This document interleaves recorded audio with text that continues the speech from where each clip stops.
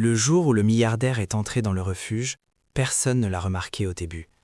Pas les bénévoles occupés à trier les dons de vêtements, pas les familles qui faisaient la queue pour déjeuner, même pas le gardien de sécurité près de la porte. Il avait l'air d'un autre homme âgé, en manteau sombre, les épaules lourdes des années, fatigué, mais perçant. Mais dès que son regard se posa sur une fine adolescente assise au bord d'un lit superposé, serrant un sac à dos usé comme si c'était son seul point d'ancrage au monde, quelque chose se brisa en lui. Son cœur sauta, puis se serra, car il était en train de regarder son propre sang, sa petite fille, vivant dans un endroit où aucun enfant de sa famille n'aurait jamais dû se retrouver. Avant d'aller plus loin, si vous croyez en la gentillesse, aux secondes chances et aux histoires qui nous rappellent que l'humanité compte encore, veuillez prendre un instant pour aimer cette vidéo, commenter vos réflexions, la partager avec quelqu'un qui a besoin d'espoir et vous abonner à la chaîne. Votre soutien permet à des histoires comme celle-ci d'atteindre un public plus large, des cœurs qui en ont le plus besoin. Le refuge était baigné de lumière de jour provenant de hautes fenêtres. Pourtant, il faisait froid. Des rangées de lits en métal s'étendaient sur toute la largeur de la chambre, des matelas fins soigneusement disposés, chacun renfermant des histoires silencieuses de perte et de survie. La jeune fille était assise, raide, la posture soignée, comme si elle avait appris à ne pas prendre de place. Ses cheveux étaient soigneusement tressés, ses vêtements étaient propres mais décolorés, visiblement donnés. Elle ne pleurait pas, c'est ce qui le blessait le cus. Elle avait déjà assez pleuré bien avant ce jour-là. Maintenant, elle se contentait d'endurer. Il se souvenait de l'avoir tenue dans ses bras quand elle était bébé. Il se souvenait des petits doigts s'enroulant autour de son pouce. Il se souvenait avoir promis à son fils décédé que l'enfant ne manquerait jamais de rien. Cette promesse avait été scellée légalement, bloquée dans un fonds fiduciaire destiné à protéger son avenir. 2 millions de dollars, soigneusement structurés, gardés par des avocats, censés être intouchables jusqu'à ce qu'elle atteigne l'âge adulte. C'était censé servir de bouclier précisément contre ce genre de difficultés.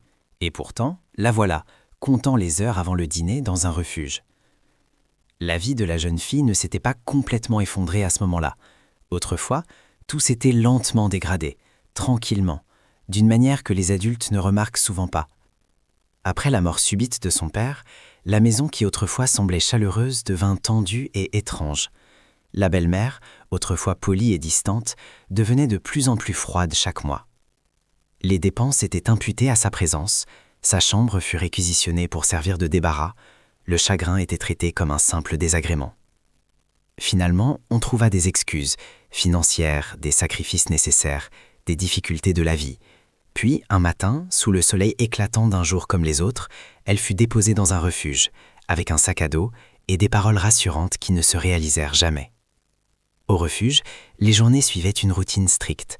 Réveil tôt, faire la queue pour le petit déjeuner, aller à l'école avec des fournitures empruntées, rentrer avant le couvre-feu, sourire poliment, dire merci, ne pas se plaindre. Elle comprit que l'invisibilité était plus sûre que de se faire remarquer. Elle observait les autres enfants s'accrocher à leurs parents qui avaient encore des mains à tenir.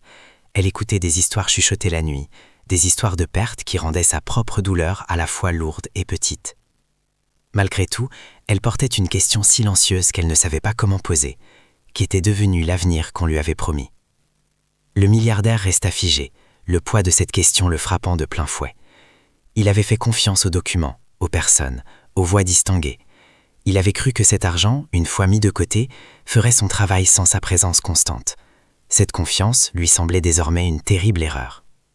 Quand il s'approcha finalement d'elle, sa présence attira l'attention.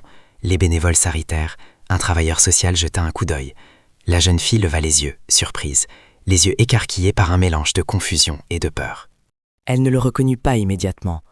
Des années d'absence avaient estompé son visage dans sa mémoire. Pourtant, quelque chose dans son regard la poussa à se redresser, à se sentir vue, comme elle ne l'avait pas été depuis longtemps. À mesure qu'il apprenait la vérité, pièce par pièce, la pièce semblait se refermer autour de lui. Les fonds fiduciaires avaient été utilisés, des failles juridiques avaient été exploitées. Des documents avaient été signés quand la fille était trop jeune pour comprendre, trop effrayée pour remettre en question les adultes qui lui disaient que tout était nécessaire. La belle-mère avait assuré à tous que l'argent servait au logement, à l'éducation, à la stabilité. Pourtant, aucune de ces stabilités n'était parvenue jusqu'à l'enfant qui se tenait devant lui. Le soleil dehors restait brillant, indifférent à la tempête qui grondait en lui. Son choc se transforma en colère, puis en quelque chose de plus précis, de plus ciblé. Il ne s'agissait pas seulement d'argent, il s'agissait de trahison, de négligence et d'un enfant forcé de devenir forte trop tôt. Il regarda sa petite fille et vit une résilience qui n'aurait jamais dû être nécessaire, une maturité née de la survie plutôt que de l'amour. Le changement ne fut pas instantané, mais il commença ce jour-là. Il resta, il écouta, il passa des appels, non pas avec rage, mais avec précision. Des avocats furent contactés, des dossiers exigés, les autorités furent informées. Mais aux côtés de la machine judiciaire, il fit quelque chose d'aussi important.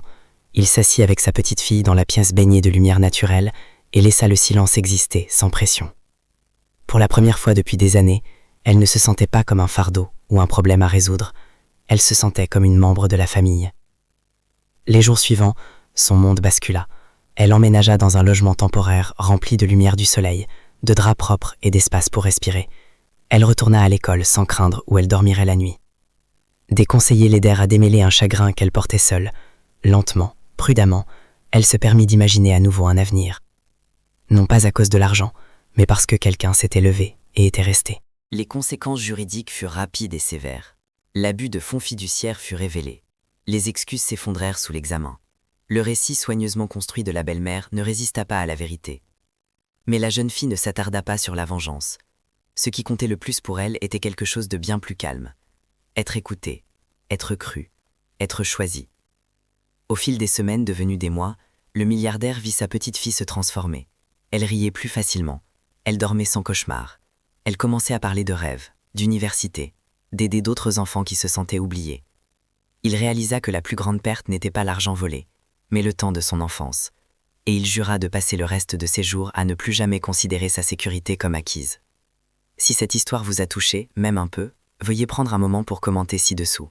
Partagez la partie qui vous a le plus touché ou ce que la gentillesse signifie pour vous. Vos mots comptent plus que vous ne le pensez. Par une belle matinée, semblable à celle où il entra pour la première fois dans le refuge, la jeune fille se tenait devant sa nouvelle école, le soleil réchauffant son visage. Elle se tenait différemment maintenant, toujours forte, mais solidement ancrée. Le refuge n'était plus son présent, seulement un chapitre de son passé. Et même si les cicatrices demeuraient, elles ne définissaient plus sa valeur. Avant que cette histoire ne se termine, nous avons une petite requête. Veuillez laisser un seul mot en commentaire ci-dessous, celui qui représente l'espoir pour vous. Que cet espace devienne un rappel que, même dans les moments les plus difficiles, quelqu'un regarde, quelqu'un se soucie, et le changement est possible. Et si cette histoire vous a touché, si elle vous a fait ressentir quelque chose de profond et humain, merci d'aimer, de partager et de vous abonner. Votre engagement aide les récits de compassion à voyager plus loin, atteignant les cœurs qui ont besoin de lumière dans leurs jours les plus sombres.